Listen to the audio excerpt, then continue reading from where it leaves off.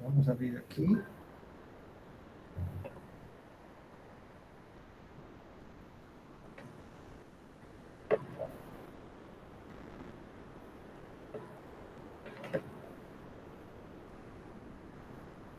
Bom, gente, então, boa tarde. Vou me apresentar. Meu nome é Alberto Zaconeta.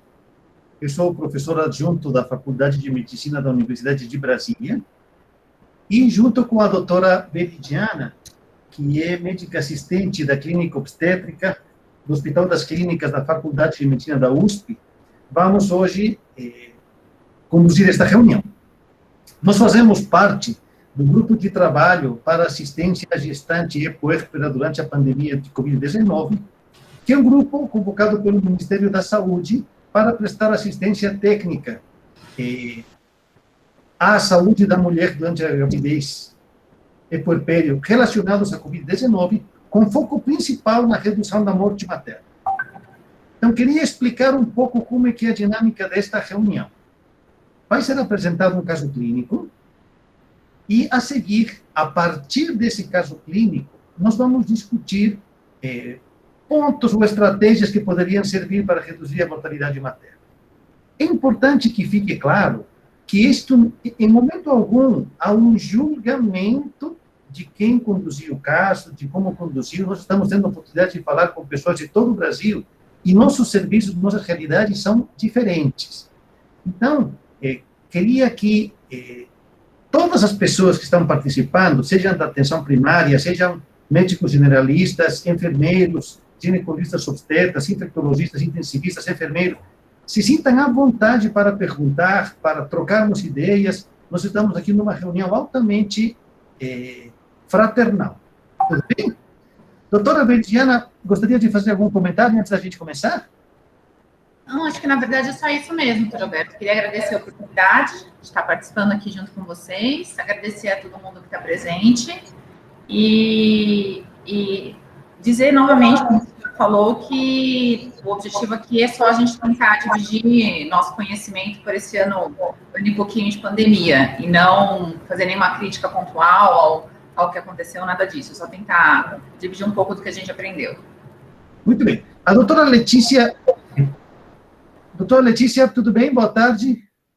Boa tarde. Entrei. Deixa eu me apresentar, né? Não se conhece.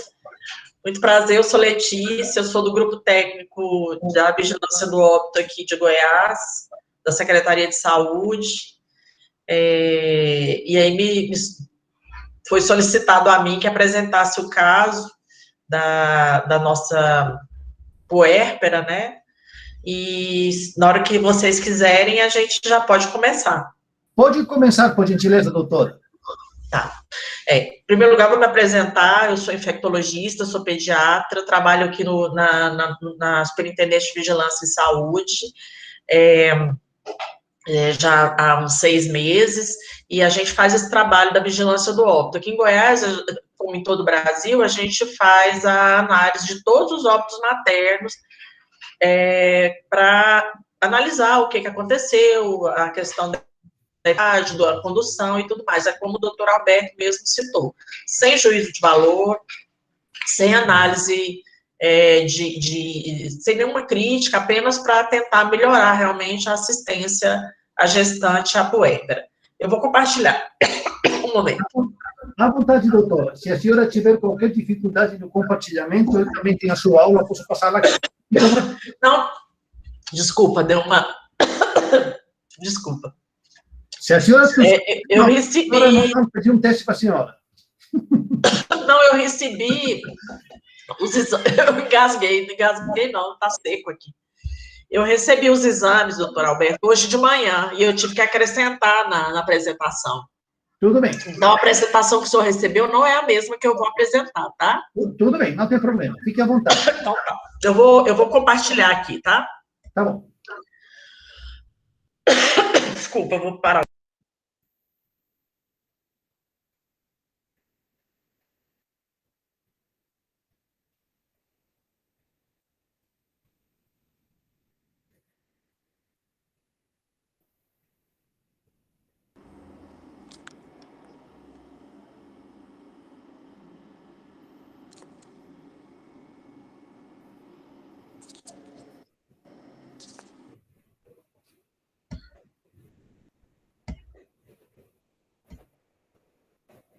Tá compartilhando? Ainda não, peraí. Só um minutinho. Que eu tenho que ir lá no meio, compartilhar. E aqui, agora vai. Agora acho que foi. Agora está Vocês indo. estão vendo? Sim. Tá, vamos ver se fica em tela cheia. Pronto? Foi em tela cheia? Tá sim. Tá em tela cheia, Letícia. Boa tarde, Simone. Eu já me apresentei aqui. Nós estamos aqui, eu e a auxiliadora, te assistindo. Parabéns. Tá, joia. Obrigada. A Simone é a nossa coordenadora do Grupo Técnico de Óbitos da Superintendência de Vigilância e Saúde de Goiás. Bom, então a gente vai fazer essa apresentação de uma puérpera, né, que foi a óbito com menção de Covid na sua DO. É um caso extenso, porque a paciente esteve por muitos dias internada. Eu vou fazer assim, internada. Eu vou fazer o máximo para a gente ser breve assim na apresentação, para que a discussão seja mais rica. À vontade. Pois não? Pode continuar. Tá bom. É a Núbia, né? NMAG, data de nascimento 18/8/1980, paciente de 39, 40 anos, né? Feminina, branca, casada, escolaridade superior completa, ela era pedagoga, na DO não constava naturalidade e ela era residente na zona urbana de Iporá, Goiás. O óbito dela aconteceu dia 28/3 de 2021, às 20h40, no Hospital e Maternidade Municipal Célia Câmara, aqui em Goiânia.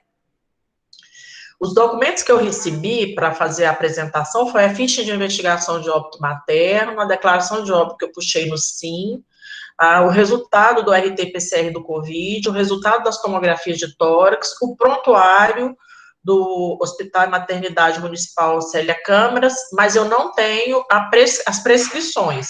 Eu tenho as evoluções, depois eu recebi os exames, mas eu não tenho o que foi prescrito para essa paciente no dia a dia dela. E os exames laboratoriais que eu recebi hoje, como eu já falei. Aí o primeiro compartilhamento que eu faço é do resultado do PCR dela. O óbito dela foi no dia 28, e o diagnóstico do coronavírus dela se deu no dia 8 de março, conforme pode ser visto na data do resultado do exame. O primeiro dia que essa paciente foi atendida na maternidade foi no dia 7/3. Aí consta que ela era uma paciente gesta 3 para 1, cesárea 1 e aborto 1. Né? Ela estava com 36 semanas e 6 dias, tinha como comorbidades hipotireoidismo e obesidade, fazia uso de Levoid 88, metildopa de 250 miligramas 2 vezes ao dia, ela tinha dispneia e tosse há 7 dias. Então, o quadro clínico dela abriu por volta do dia 1º de março. Ela apresentou piora do quadro de dispneia há 4 dias. Naquele momento, ela estava assintomática, estava deambulando e estava bem. Ela estava saturando, no exame físico, ela estava saturando 97, orientada, corada, febril, anictérica, eupneica, estava com MV diminuído, com abdômen gravídico, a FUD 32, BCF 145, colo grosso, fechado, posterior sem sangramentos, não tinha alterações de edema, foi pedidos exames laboratoriais, TC de tórax, e ultrassom obstétrica foi feita. Nesse dia, essa paciente foi internada. Tá? Aqui já tem, eu achei importante colocar o acolhimento social, porque conta um pouco da história social dessa paciente. Ela estava bem, ela estava sem acompanhante, que residia em Iporá, casada com esse senhor, possui ensino superior, tem uma filha de 7 anos, já tinha tido um aborto, e estava gestante de quase 37 semanas. E o companheiro também estava positivo para a Covid. Nesse dia, ela fez uma tomografia. Nessa tomografia, apresentou esse comprometimento em vidro fosco bilateral, predominando no lobo posterior inferior esquerdo, com comprometimento de 5%. né? E era um comprometimento leve, correspondente mais ou menos com o quadro clínico que ela apresentava. Ela não tinha alterações cardíacas, não tinha derrame pericárdico, derrame pleural. Era um quadro leve. No dia 8, aí tem as evoluções da enfermagem da físio, ela seguia bem, mas aí ela já começou a apresentar alguma dispneia. Lembrar que ela estava mais ou menos no 8º dia de doença, ela abriu o quadro dia 1º, então ela começou no primeiro dia ela não precisou de oxigênio, nesse dia ela já começou a ficar dispneica e precisar de O2 a 3 litros por minuto. Mas continuava em estado geral bom, não estava com estado geral ruim, estava sem febre, estava com fraqueza, o que é habitual também na COVID. Na evolução da fisioterapia, ela estava saturando 93, aí fala da quantidade de O2, né, catéter de O2 a 3 litros, e mais tarde, ela já conseguiu saturar bem com um catéter nasal a 1 litro, então foi feito até um certo desmame de oxigênio. Essas primeiras evoluções aqui e aqui são da manhã, essa aqui é da noite, né, então ela deu uma melhorada, de manhã para de noite, ela estava sem desconforto, né, então era uma paciente que estava indo bem. No dia 8, a evolução do médico é essa, eu achei importante colocar, porque aqui tem os exames complementares, né? Os exames complementares do dia 7, ela tinha uma hemoglobina de 13, um hematócrito de 39, leucócito de 6.500, já tinha uma plaqueta um pouco baixa, com bilirrubinas normais. A DHL dela estava um pouco aumentada, 421, com creatinina de meio, né, 0,59. Gama GT de 15, TGO 23, TGP de 19, a PCR dela estava um pouco aumentada, 21,9, ela tinha esse HIV negativo e tinha um VDRL também desse dia negativo. O feto cefálico, BCF 148, peso 286,82, isso aqui é bem obstétrico, né, tem um pouco de dificuldade, Doppler obstétrico normal, e a paciente mantinha a queixa de dispneia, né, no dia 8, como eu falei, de manhã ela estava dispneica, à tarde ela estava um pouco melhor, saturando 97, com O2 a 2 litros, na hora que a médica examinou, e aqui tem sempre esse relato aqui, né, pediu uma curva glicêmica e estava aguardando o dedímero, né. Então, ela ficou durante toda a internação aguardando o dedímero. Parece que tinha alguma dificuldade para fazer esse exame lá no hospital. No dia 10, foi indicada a interrupção da gravidez. No dia 9, não tem evolução. Aí, no dia 10, foi indicada a interrupção da gravidez, mas ela estava estável, saturando 97 em ar ambiente, a cesárea foi programada para as 14, ela foi encaminhada para o centro cirúrgico, o início do parto ocorreu às 15h30, foi cesárea, terminou às 16h25, o Apgar do neném, que foi adequado para a idade gestacional do sexo masculino, foi de 9 em 1 e 5 minutos. Foi tão tranquila a cesárea que inseriram o DIU na paciente, né, realmente foi tudo tranquilo. O pediatra fez essa descrição, recebeu um recém-nascido único, vivo, chorou e respirou ao nascer, foi clampeado o cordão, e ele apresentou uma taquipneia transitória, foi colocado em O2, posteriormente em UTI. E aí tem os dados antropométricos da criança, né, o peso 330, estatura 42, PC 36, perímetro torácico 35, circunferência abdominal 34. E era um bebê do sexo masculino, que eu acho que é o sexo da mãe, tá? Ele era um bebê masculino. No dia 11, estava tudo bem, PA 12/8, paciente sem oxigênio, saturando 97, sem febre, frequência cardíaca 92, frequência respiratória de 20, né? Tem aqui as comorbidades, ela estava referindo dor, que é normal, né? Uma paciente com cesárea, pressão, isso aqui é a evolução da enfermagem, aqui é a evolução médica, tá? Aí estava 130/70 e continuava aguardando o dedímero da paciente no dia 11.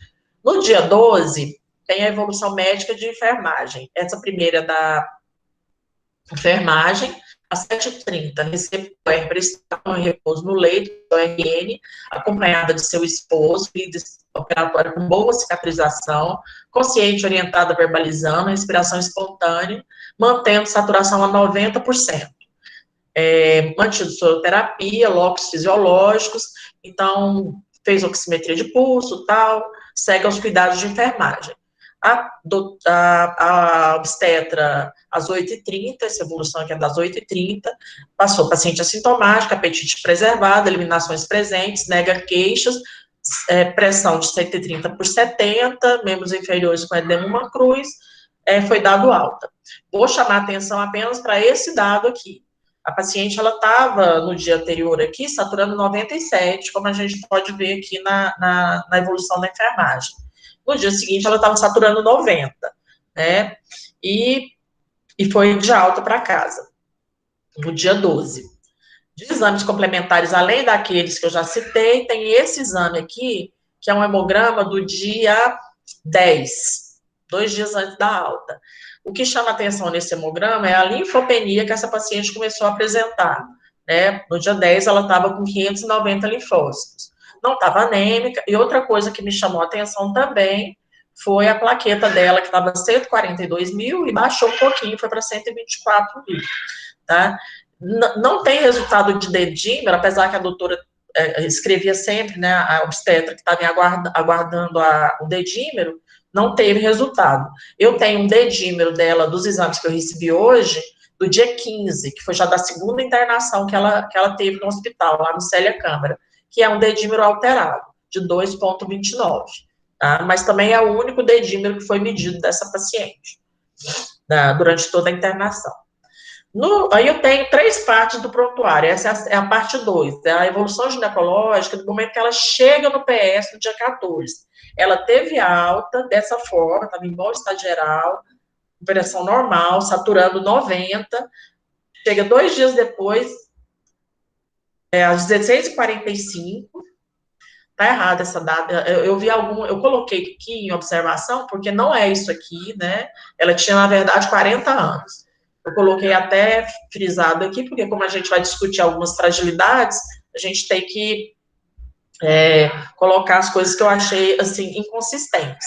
Uma das coisas que eu achei foi a idade da paciente, não é essa, e dá a impressão que não é a mesma paciente, mas tá? Ela estava no 4º PO de cesárea, com história de diabetes gestacional, controlando com alimentação, recebeu alta do serviço no dia 12, sem alterações, retorna ao PS com dispneia importante, esforço respiratório acentuado, astenia confusa, dor abdominal difusa e edema de 3 em 5 cruzes. Ela já estava hipertensa, 15/9, com a frequência cardíaca de 117. Eu acho que isso aqui também é uma inconsistência, ela estava com a frequência respiratória pelo relato, de 67, e uma glicemia capilar de 125. Estava saturando 78 com oxigênio intercalando máscara de O2, né, com reinalante a 15 litros, com VNI a 80%. Suspeitaram que ela estava fazendo uma TEP, ou ela estava na fase inflamatória da Covid, ou ela estava com alguma infecção. Foram as hipóteses diagnósticas que foram levantadas no pronto-socorro nesse horário que ela chegou. Foi solicitado vaga de UTI, pedido de tomografia de tórax, exames laboratoriais. E essa paciente foi internada. Na TC de tórax, ela fez uma TC e um raio-x. São os únicos exames de imagem que ela fez. Esse TC é do dia 14, no momento que ela chegou lá no hospital, né, e aí ela já tinha opacidade em vidro fosco e focos de consolidação difusa e bilateral, predominando nas regiões posteriores, que já estavam com envolvimento pulmonar de 50% a 75%. Tinha um mínimo derrame pleural, e não havia outras alterações. Então, ela tinha um comprometimento pulmonar conforme a avaliação consistente com pneumonia viral de 50% a 75%. E ela tinha feito um raio-x também, que já mostrava, né, uma coisa que não é o habitual, a gente já viu aqui alguma alteração no raio-x, que é uma coisa que às vezes não acontece, normalmente, assim, na COVID. E aí tem essa evolução, aí já é a parte 3 do prontuário, que é a internação em si. Tem uma evolução do anestesiologista, que foi chamado para dar suporte para essa paciente, recém-admitida na emergência, né, e ela, segundo ele, estava em franca insuficiência respiratória, saturando 64 em máscara, com bolsa não reinalante a 15 litros por minuto, e taquipneia importante. Estava usando musculatura acessória, agitada e inquieta. Foi feito VNI, indução em sequência rápida, intubação sem intercorrências pelo anestesista. Foi realizada a estabilização no local e transportado o paciente para o leito 38 da UTI, e tem a descrição do prontuário do transporte dessa paciente, tanto para a tomografia quanto para a UTI, feita por toda a equipe. O prontuário, eu quero até fazer um elogio, o prontuário da maternidade é muito bem descrito, todos os passos, assim, a gente observa uma descrição minuciosa de todos os passos que aconteceram com essa paciente, tá? Então, tem lá a descrição do transporte, que é uma coisa bem, que a gente sabe que pode piorar o prognóstico do paciente. Ela foi admitida na UTI às 18h11, encaminhada do ambulatório, essa aqui é a evolução médica. Tem aqui isso aqui, teste rápido, 2 positivos, mas na verdade ela tem aquele exame positivo do dia 8, né? Que foi quando ela internou pela primeira vez para o parto. Então ela tem um diagnóstico confirmado de Covid. Talvez nesse momento a colega não tivesse acesso ainda ao prontuário anterior. Aí já foi solicitada aquela TC de tórax que eu falei, foi feito o diagnóstico de Covid, pressão clínica, paciente puérpera, evoluiu com dispneia acentuada e retornou ao hospital para avaliação obstétrica, já tinha aqui uma saturação de 50%, né, que eu acho que foi o pior momento dela no pronto-socorro, e vamos seguindo. Foi feita uma triagem nutricional, achei importante, botei só a primeira, porque vai mantendo sempre a mesma avaliação. Ela era uma paciente de 1,60 m que estava com 95 quilos. O IMC estimado dela é 37,1. Então, ela já era caracterizada como uma paciente obesa. Isso aqui é uma evolução noturna do dia 14 do 3 e da físio no dia seguinte, no dia 15 do 3, que não foi o dia que ela internou, né, dispneia acentuada, tem a descrição da TC de tórax novamente, né, e aqui a evolução noturna, né, então ela internou no final da tarde e estava aqui em estado geral grave, já entubada, em altos parâmetros, assincrônica, dessaturando, sob sedanalgesia com fentanil, midazolam, descorada uma cruz, acianótica, nictérica, pupilas mióticas, cicatriz cesariana em bom aspecto, 10/8 de pressão, frequência cardíaca de 86, frequência respiratória de 30, sem febre, saturando 75, já entubada, né? Foi colocado Nora a 5 ml por hora, como eu disse, eu não tenho a prescrição, mas está sempre descrito as drogas que ela estava usando. E foi iniciado, depois, mais para frente, tem o antibiótico que ela começou a usar, e a meta-terapêutica era melhora respiratória. Tem uma avaliação da físio, da madrugada do dia 15, né, mostrando aqui que ela estava bem estável, pressão baixa, 7/6, né, 76/56, saturando 76, com os parâmetros altos, PIP de 18. Essa FiO2 aqui tá errada, certeza. Isso aqui eu também coloquei para a gente ver essa inconsistência. Tem uns 2 dias relatando essa FiO2 de 35, mas ela estava mais para frente, a gente olha em algumas outras evoluções, a FiO2 dela no respirador estava 90, 95, 100% sempre, tá?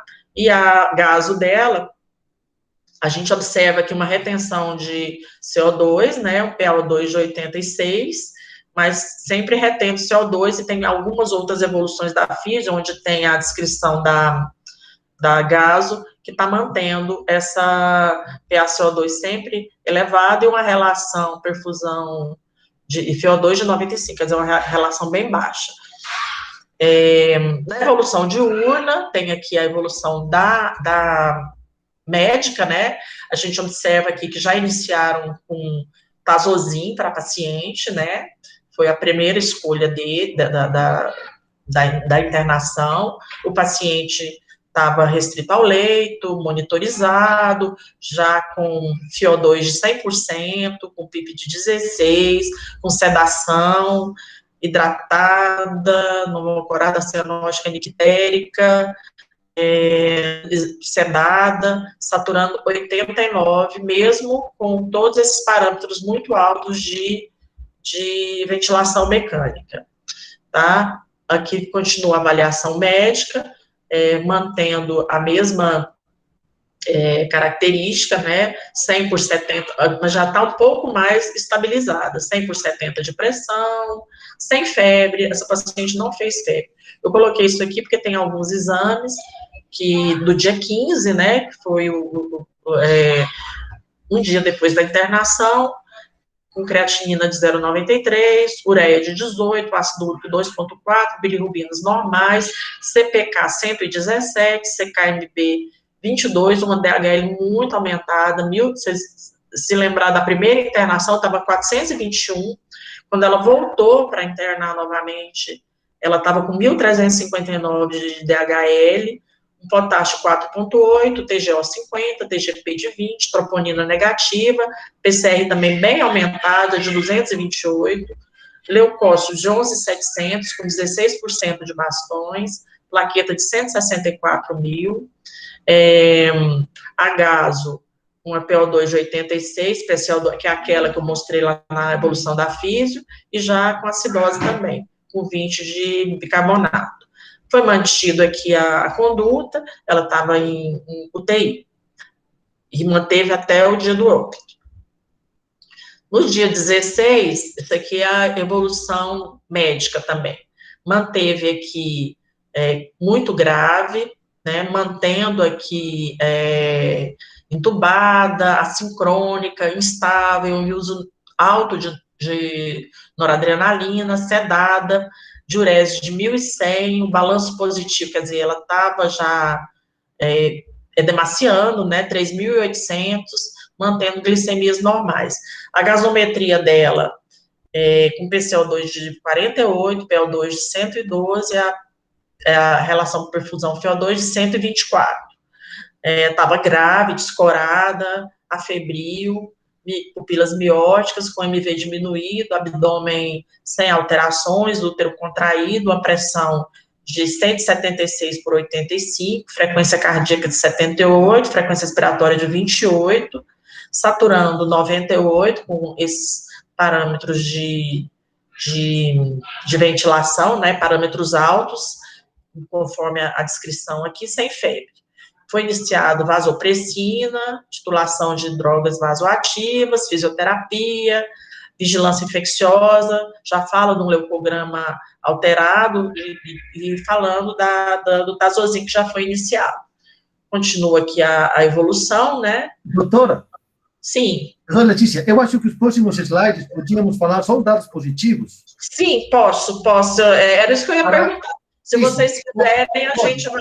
Porque essa evolução é do dia 16 e essa é do dia 17. Tudo bem. Para agilizar. Beleza. Ótimo. Então, aqui, ela está entubada, com a FiO2 de 60, hipocorada, cianótica, mantendo pressão normal, saturação de 98, continua entubada. Depois eu vou fazer todos os exames, a gente pode falar desses leucogramas alterados mais na frente também, das mudanças de antibióticos que foram realizadas, tá? Podemos falar na discussão. Ok, beleza. Então, no dia 18, eu botei 16, 17, ela não teve muitas modificações nesse dia. Eu coloquei aqui as pronações que a paciente realizou. Ela estava ficando cerca de mais de 12 horas pronada. Pronava às 22, tirava às 14, e foi assim, acho que até mais ou menos o dia 21, 22, ela estava sendo pronada e despronada. Mas ela não melhorava. Ela mantinha o estado geral muito grave, pressão alterada, 15 por 7, isso aqui é avaliação diurna médica. Saturação baixa, muito grave, leucograma alterado, hipocorada, bem grave. Eu achei importante falar o tipo de assistência que estava sendo feita. A paciente obesa, puérpera, que foi pronada e despronada várias vezes.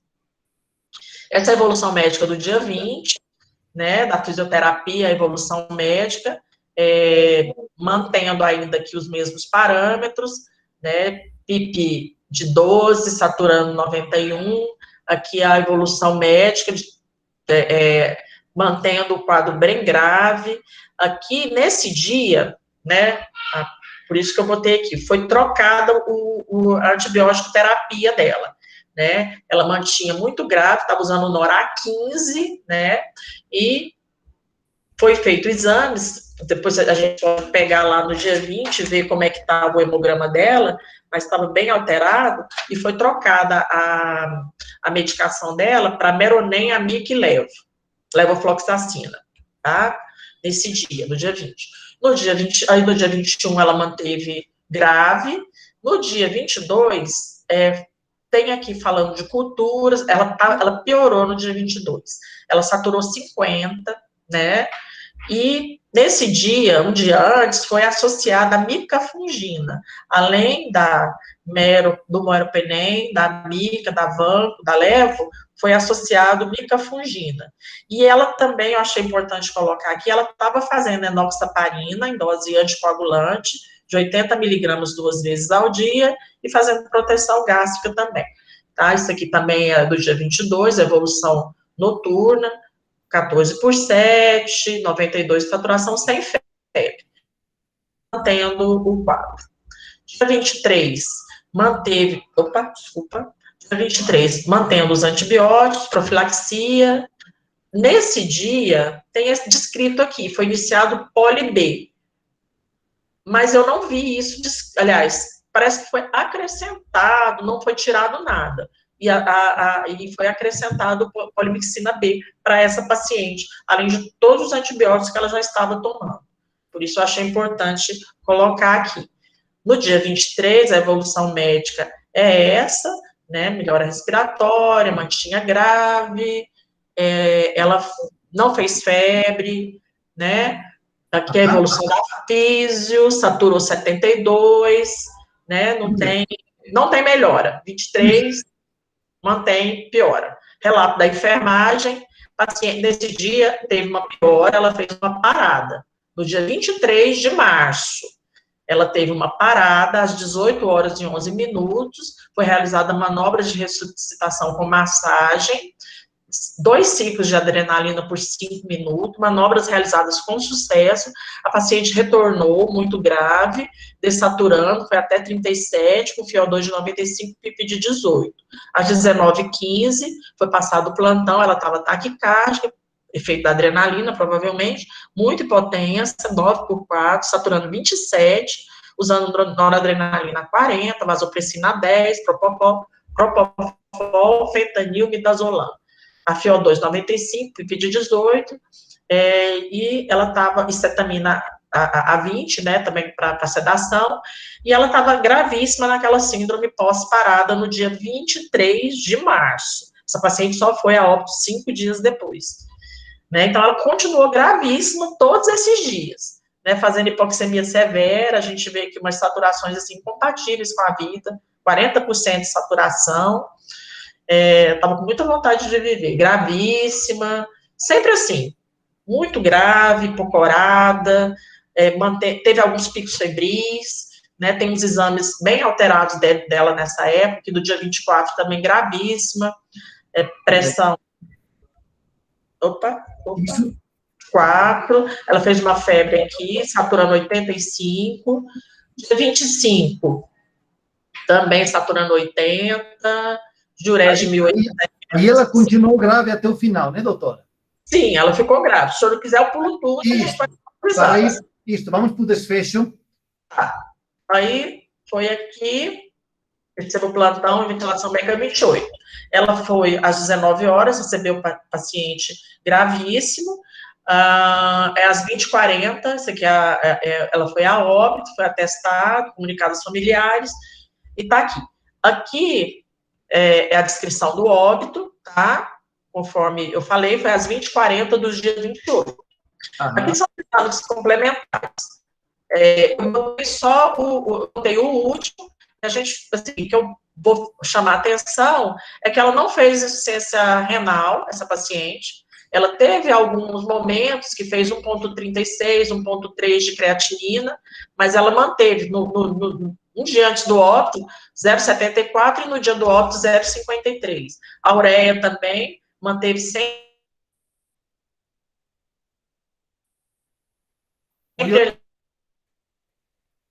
a PCR é alterada. No dia que ela chegou, ela estava com 298. Chegou a ter aqui no dia 22 de março, que foi o dia que ela fez a parada, 339 de PCR, sempre alta, muito alta. A gente pode observar aí por todos esses níveis. O magnésio dela também variou, mas sempre dentro do normal, sem alterações importantes. E os hemogramas dela são todos esses aqui, tá? A gente observa que ela estava anêmica, persistiu anêmica. Eu não sei se essa paciente não tem relato de transfusão, enfim, não tem nenhum relato desse tipo, provavelmente não tomou transfusão de sangue. Mas ela manteve sempre uma leucocitose importante, com desvio à esquerda também muito importante, com piora aqui, no dia 20, que foi o dia que foi escalonado o antibiótico dela, né, com 13% de bastões, e sempre alterado. Outra coisa que chama atenção aqui, é que no final ela desenvolveu uma plaquetose, aqui depois do dia 24, que é compatível também com esses quadros dessa inflamação multissistêmica que esses pacientes apresentam, tá? Então, esses são os hemogramas, depois, se vocês quiserem, eu volto, para a gente ver, assim, dia por dia, mas o que chama atenção é só esse hemograma sempre alterado desde o início, né? Por outro lado, eu não tenho as hemoculturas dessa paciente, nem cultura de secreção traqueal. O que foi mandado para mim foi as urinas dela. E eu peguei só as urinas que estavam alteradas, que é essa do dia 21, e essa do dia 20 e essa do dia 21. Os outros EAS estão normais, tá? Ela tem essa leucocitúria aqui nesses 2 dias, né, com bastante alteração, com hemoglobina, proteinúria, enfim, mas foi só nesses 2 dias, no dia 20 e no dia 21. Os outros EAS dela são normais, e ela tem 4 uroculturas negativas, mas lembrando que ela estava usando bastante antibiótico. Outros exames laboratoriais que ela tem, que chama atenção, ela estava mantendo uma função hepática normal até o dia 26. Esse exame aqui é do dia 26. 343 de TGO e 303 de TGP. Sódio também dentro dos limites normais, um pouquinho mais para cima, mas nada de alterado. Também não fez hipercalemia, nem hipocalemia importante. Manteve sempre um equilíbrio. Essa é a declaração de óbito da paciente, né, que foi emitida no dia 28, né, com essas hipóteses, com esses diagnósticos: insuficiência respiratória aguda, uma pneumonia não especificada, infecções agudas não especificadas, outras doenças virais complicando gravidez, parto e puerpério, isso tudo na letra D, né, infecções por coronavírus, Covid-19 vírus identificado, na parte 2, obesidade, hipertensão, diabetes e hipotiroidismo. E a causa básica ficou sendo as doenças virais complicando gravidez, parto e puerpério. Foi bem longo, eu sei, a paciente ficou muito tempo internada e muito grave, mas estou à disposição aqui para esclarecer qualquer dúvida. Muito obrigado, doutora Letícia. Eu que agradeço. Vou lhe pedir a gentileza de parar de compartilhar. Tá. Bom, primeiro, assim, agradeço muito pela sua apresentação. Acho que esse é um caso complexo. E nós vamos...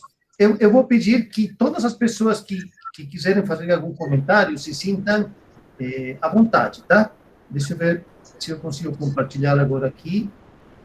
Uau!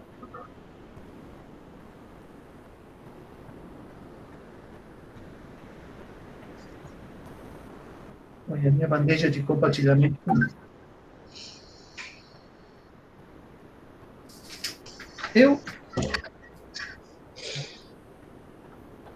Agora sim, agora vai. Bom, então, talvez... Vocês estão vendo minha tela ou ainda não?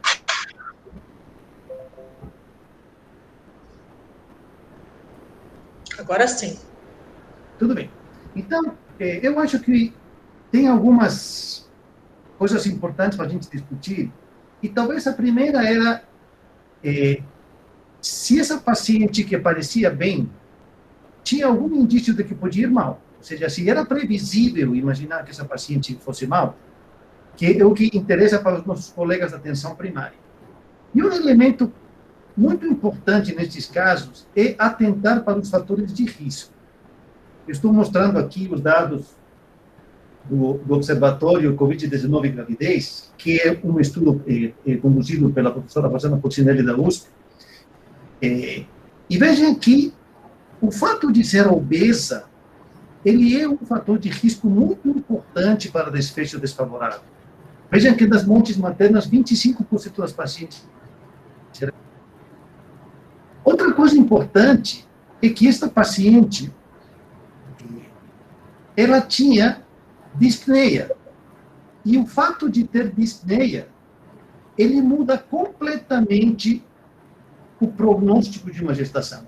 Nós classificamos a doença como leve, quando a paciente não tem sintomas de gravidade, mas apenas a presença de dispneia já a caracteriza como quadro moderado e como maior risco de evolução desfavorável.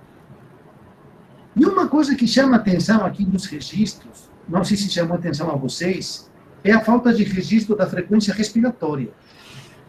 E a frequência respiratória é um dos elementos cardinais para nos dizer se esta paciente está na fase pulmonar baixa da doença.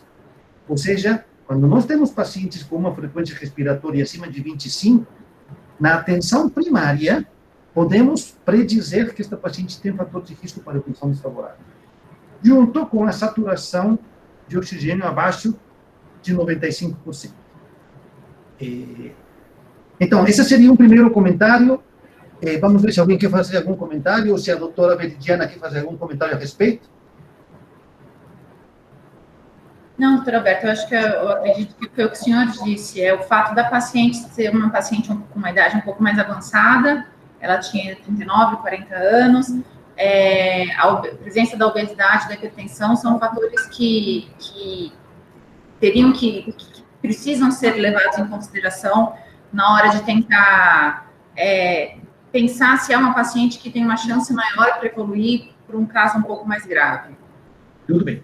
Aqui estamos mostrando o score de alerta modificado, o MIROS, que ele é muito importante que seja utilizado na atenção primária. Vejam que a frequência respiratória e a saturação de oxigênio poderiam ter nos alertado para esta paciente para o quadro de gravidade, junto com o fato de que ela tinha diabetes, tinha obesidade e estava no terceiro trimestre. Então, quando a gente olha para este quadro, e a gente se pergunta assim, essa paciente já tinha o alerta de que poderia evoluir mal? Ela estava cronologicamente na fase em que as pacientes pioram, tinha indícios clínicos, que era a falta de ar, e tinha fatores de risco. A senhora quer fazer se alguém quiser fazer algum comentário, por gentileza, isso aqui não é uma aula, se sintam à vontade.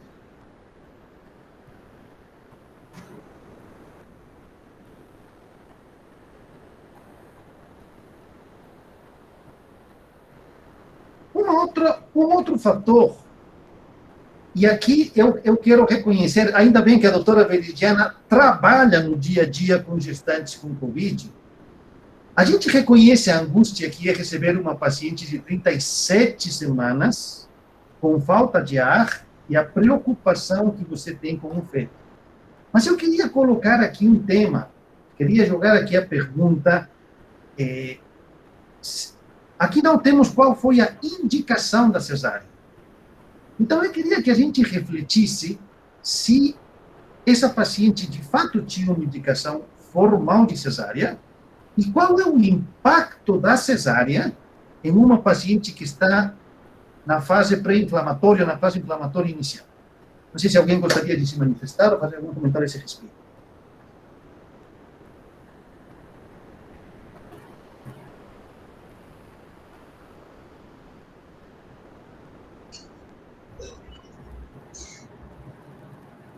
Doutor Alberto, sim, eu sou infectologista, não sou obstetra, né? A gente já viu na sua apresentação, doutora, nós temos muita honra de ter um infectologista com a gente. Assim, você viu que eu valorizo bem os hemogramas, né? Tô lá no PCR e tal.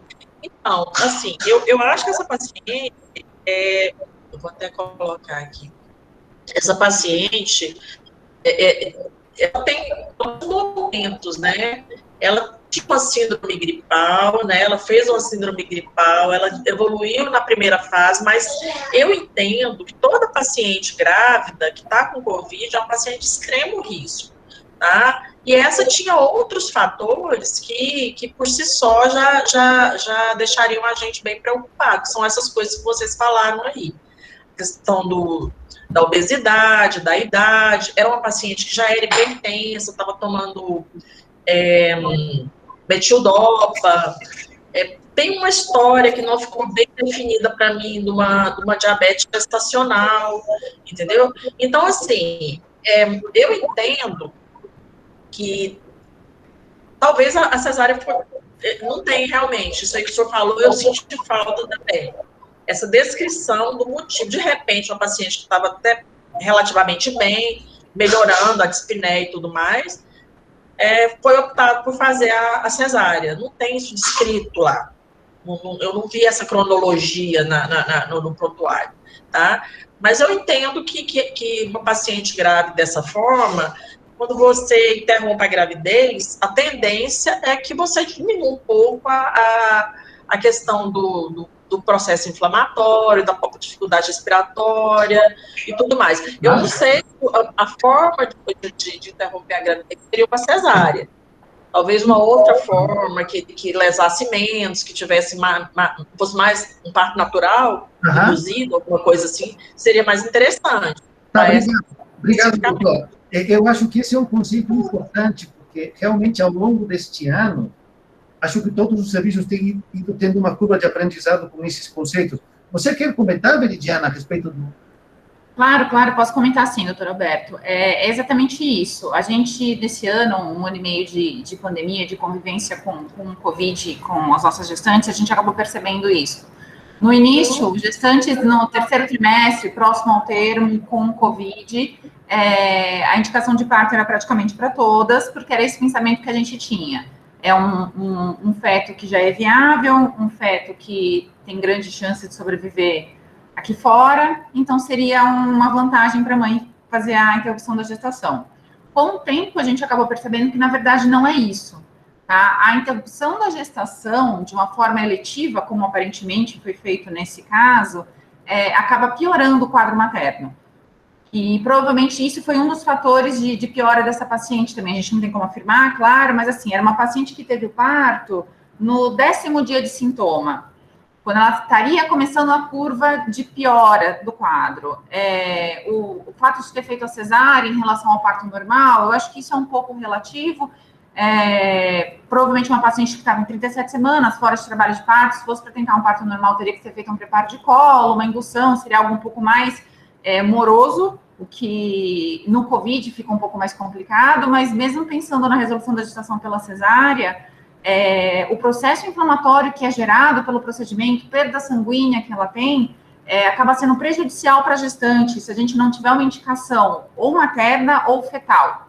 Então, uma indicação de sofrimento fetal ou uma piora clínica materna que precise fazer a resolução da gestação. E uma coisa que a gente tem percebido aqui com as nossas gestantes é que o fato de fazer o esvaziamento uterino, como muita gente fala, né, diminuir a altura uterina pela retirada do feto, não melhora os parâmetros de respiração da paciente. Então, isso não é uma indicação nem para a paciente, se ela tiver indicação de intubação, você não precisa fazer a resolução da gestação. Se a paciente tiver indicação de pronação, a gente pode fazer com ela gestante também. Então, dos últimos meses, a gente tem percebido que, na verdade, a indicação da resolução tem sido muito mais restrita a uma indicação de sofrimento fetal ou, então, uma piora clínica materna muito, muito grave. O senhor está com o microfone desligado, doutor. Aqui eu queria aproveitar as suas palavras. Vejam neste gráfico que, das mortes que houve até agora, a maior parte ocorreram no terceiro trimestre, no puerpério. 37% das mortes ocorreram no puerpério. E a maior parte dessas mulheres que morreram no puerpério foram previamente induzidas ou operadas, provavelmente, ou seja, tudo bem, que eram casos graves. Então, esse eu acho que é um conceito muito importante, que não deve se antecipar o parto com a expectativa de que isso vai levar à melhor hemodinâmica materna, que era um conceito que nós usávamos antes da Covid. Vai abaixar o diafragma, vai melhorar a ventilação da paciente. Os nossos colegas de centros que trabalham com pacientes críticas têm nos ensinado que esse é um conceito que não se aplica para esta doença.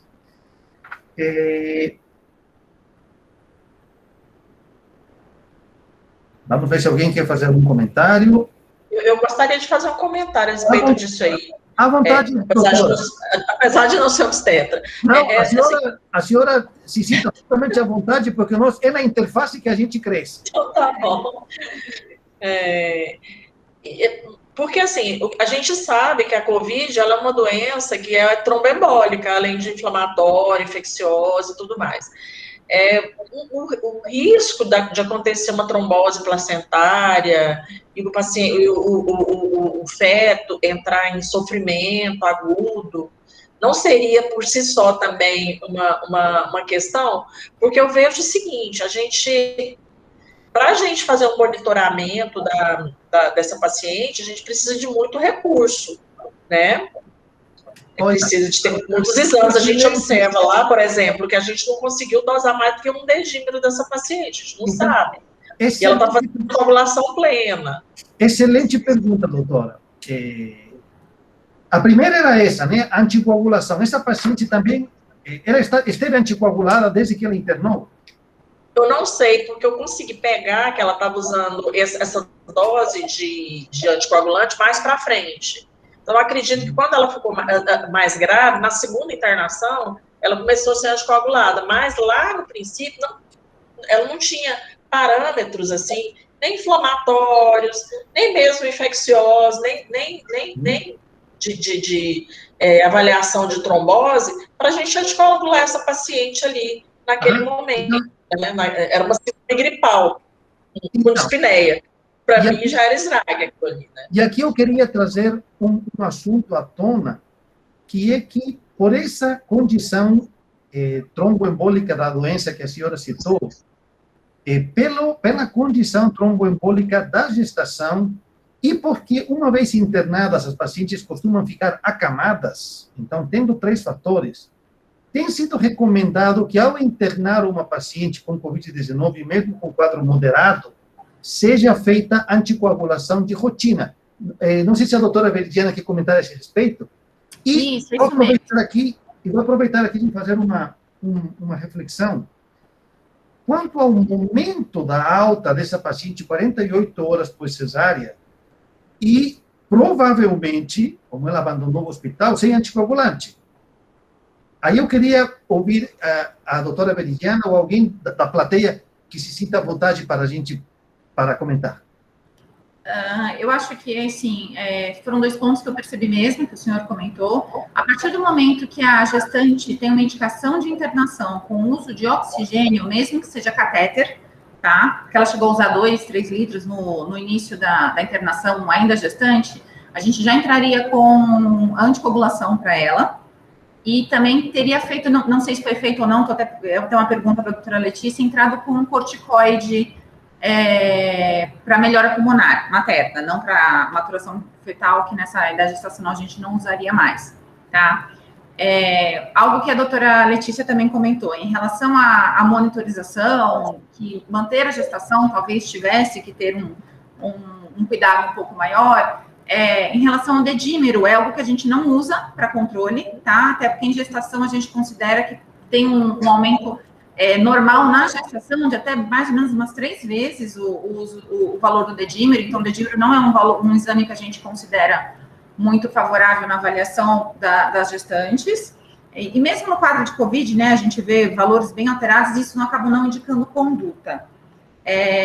E o outro fator é que o que o doutor Alberto disse em relação à alta dela. Ela foi uma alta relativamente precoce, no segundo pós-parto, uma paciente COVID positiva, uma paciente obesa, uma paciente hipertensa, diabética, que ficou acamada em uso de O2. Ela tem todas as indicações de alta com uma profilaxia antitrombótica, tá? Por pelo menos o tempo do puerpério. E esse período de alta que ela teve foi no D12 de sintomas, mais uma vez falando que foi bem na curva de ascensão de piora, que a gente vê do quadro clínico de piora do Covid, né? E algo que a doutora Letícia também levou em consideração quando apresentou os slides, com uma saturação de 90%. Então, a gente não sabe se esse 90% realmente estava acontecendo ou não, se ela tinha algum outro fator que mostrasse um quadro que devesse tomar um pouco mais de cuidado, uma frequência respiratória aumentada. Então, eu acho que prestar mais atenção nisso mesmo, tanto na alta precoce, quanto na orientação de sinais de alarme, monitoração pós-alta. Eu acho que isso é algo relevante para a gente falar nesse caso. Outro aspecto que eu queria levantar aqui é que estas pacientes, às vezes, evoluem de maneira muito rápida. Tem um colega querendo falar aí, doutor Alberto. À vontade, por gentileza. Quem é? Doutor Yurian. Doutor Yurian, por gentileza. Eu não estou vendo as mãozinhas. Oi, boa tarde, doutor Yurian. Boa tarde. À vontade. Atualmente, eu me encontro trabalhando aqui do óbito. Desculpe. Atualmente eu me encontro trabalhando na vigilância do óbito do Ministério da Saúde e queria parabenizar a doutora Letícia por toda a consecutividade de pegar os dados para fazer uma vigilância do óbito muito boa. Com respeito à doutora Veridiana, eu só queria afirmar a preocupação de uma paciente estar de alta com 90% de oxigênio. E aí o médico tinha que pensar que essa paciente iba caminhando para a segunda fase da doença. Por quê? Porque uma paciente puérpera mais ainda, sem haver feito anticoagulação, não podia irse de alta com 90% de oxigênio. Tinha que ficar um tempo mais no hospital e olhar o curso da doença. Aí foi um erro grande, porque foi para a sua casa. Se complicou lá e quando voltou, já voltou muito ruim.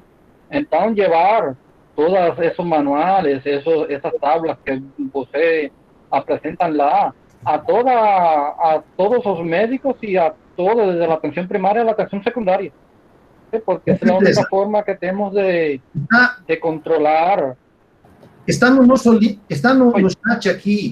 chat aqui agora o link para o manual da assistência gestante puérpera com Covid-19. Outra coisa importante é a rapidez com que essas pacientes pioram e, portanto, a oportunidade com que têm que ser encaminhadas para centros terciários. Vejam aqui nesta tabela que até o dia... Isto aqui até o dia 1º de maio, hoje já temos mais de 1.000 mortes, mas no dia 1º de maio tínhamos 850 mortes, e 10% das pacientes não tinham chegado a ter nenhum tipo de suporte de oxigênio, ou seja, nem cânula.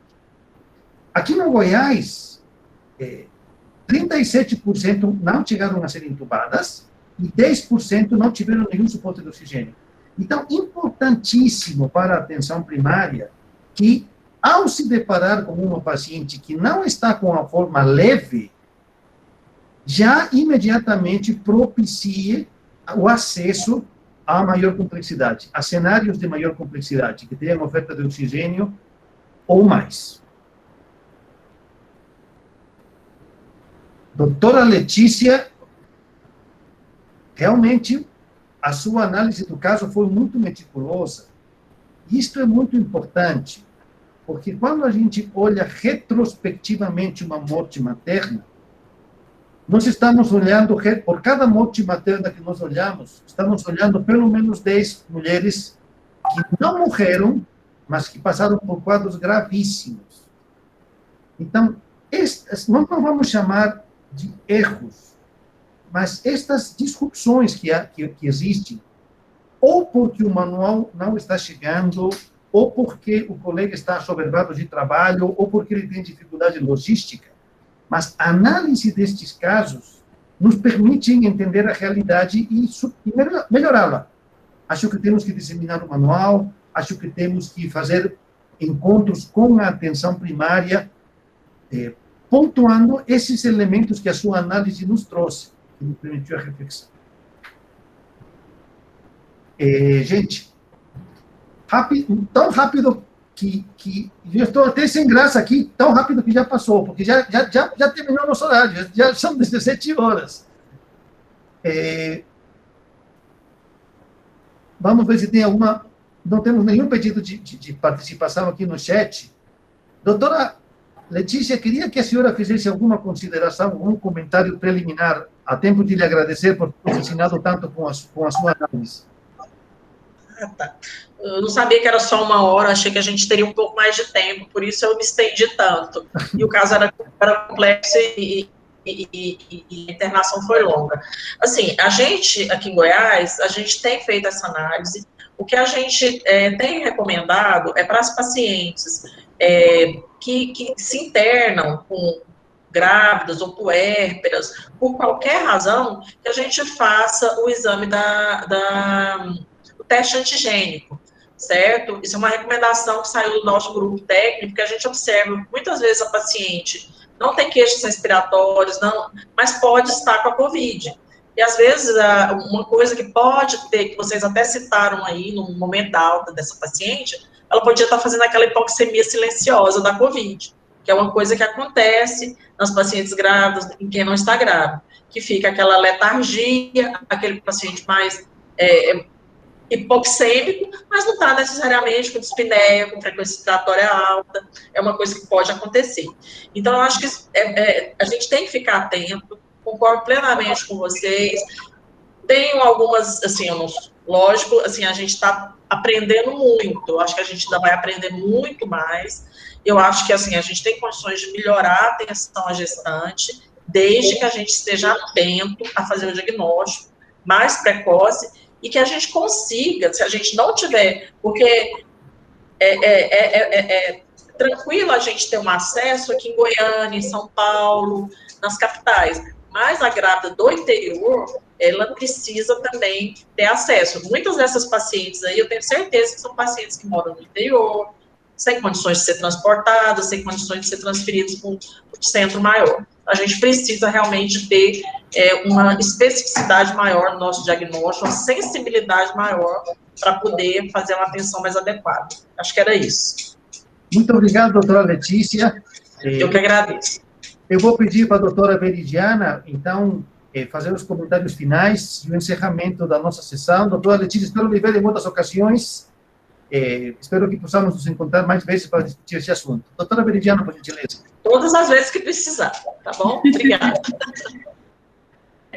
Eu acho que é exatamente isso que a doutora Letícia falou agora. Esse é um momento de aprendizado mútuo, mesmo ela sendo infectologista, não sendo obstetra, a gente também sendo obstetra, não tendo tanta experiência na parte de infecto, de terapia intensiva. Eu acho que é uma doença muito nova ainda, né? Apesar da gente ter um ano de aprendizado, foi um ano de aprendizado muito rápido, mas tem muita coisa que a gente ainda não sabe. Então, eu acho que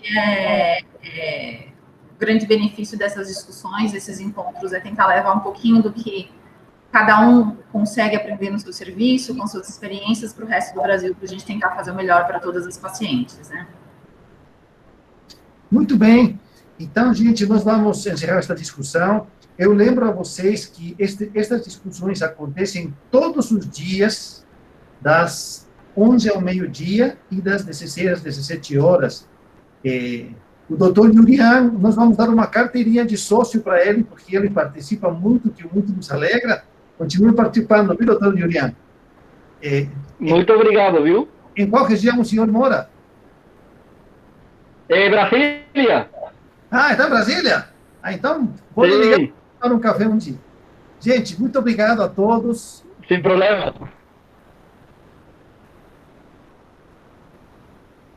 Tchau, tchau. Bom final de semana a todos. Bom final de semana.